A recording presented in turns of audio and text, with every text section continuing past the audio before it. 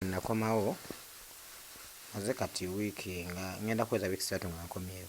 Nakomawo kubanga bakebera nga bulwadde tebuliimu. Omukyala yali alina okusasulira eri ebweru yatuuka eyo n'akwefuulira. Sooka otunnyonnyole yakwefuulira ate nga mwali mu communicating. Omukyala munnange yatuwuddisa kuba nze ogenda ettake nali sigenda genda ttake lwadde be yali agenda kuntwala Aga Khan.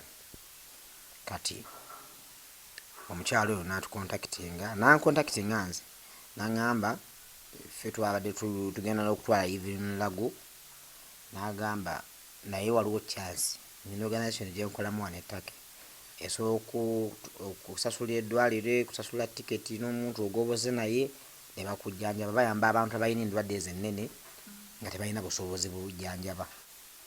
Meya n'abuuza omukyala kati ffe otwetaaza ki?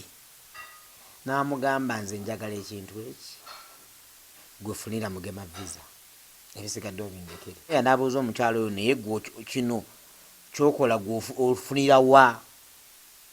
Kuba amwekengedde. N'amugamba gano ge mazima meya, nze oyo Mugema muyamba buyambi naye nange njala munyambe ekintu eki.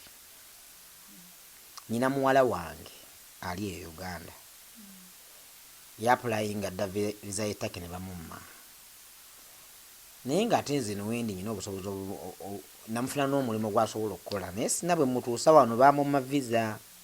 Naye mbadde nsaba omukyalo oyo Mugema amuleetenga mukazi we,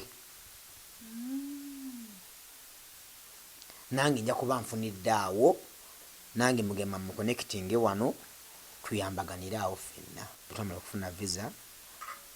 N'okugenda okufuna visa omukyala yatuweeza tiketi ez'ennyonyi nga za bicupuli ng'atulaga nti tugenda kutambula abazaali 22 ngalaga tutambula Friday yali eddako.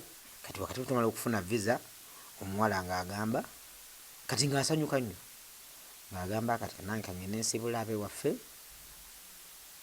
tugende. Mba ndi ku TikTok ngenda okulaba omuwala ataddeyo akoze akayimba Mukama nga mulungi ng'ali mu nnyonyi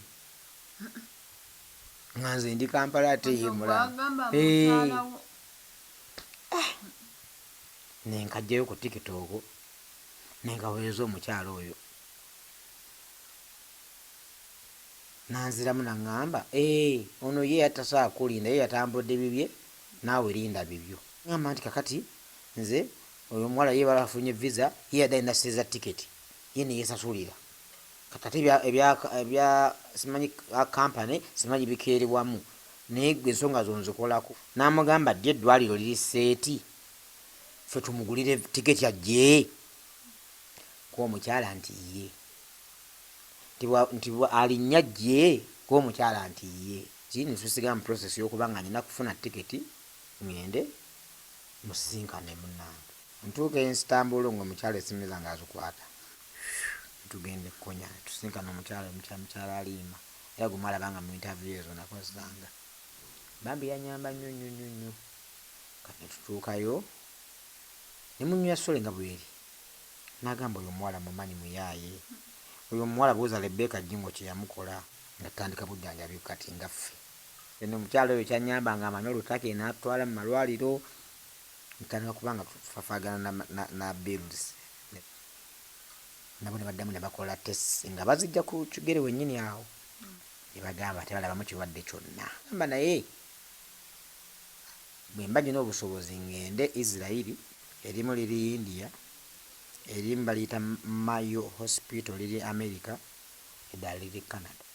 Nsaba abawagizi bange obutakoowa tugezeseeko neno gye bansindise tukontakitinga amalwaliro ago tulabe erabako akasente akalayisiko ne bwe kuba kufa nfe nga ndi mumativu kuba kati ekituufu okutuula wano waka kati nga tolina kiddako.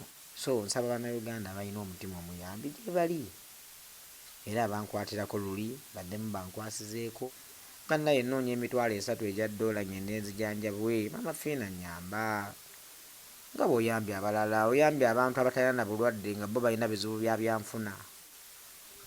Enamba yange y'essimu eri 0704 71 0808 nye eri muga Daudi Mugema era message nze njefunira kennyini eya MTN 0761 24 71 87.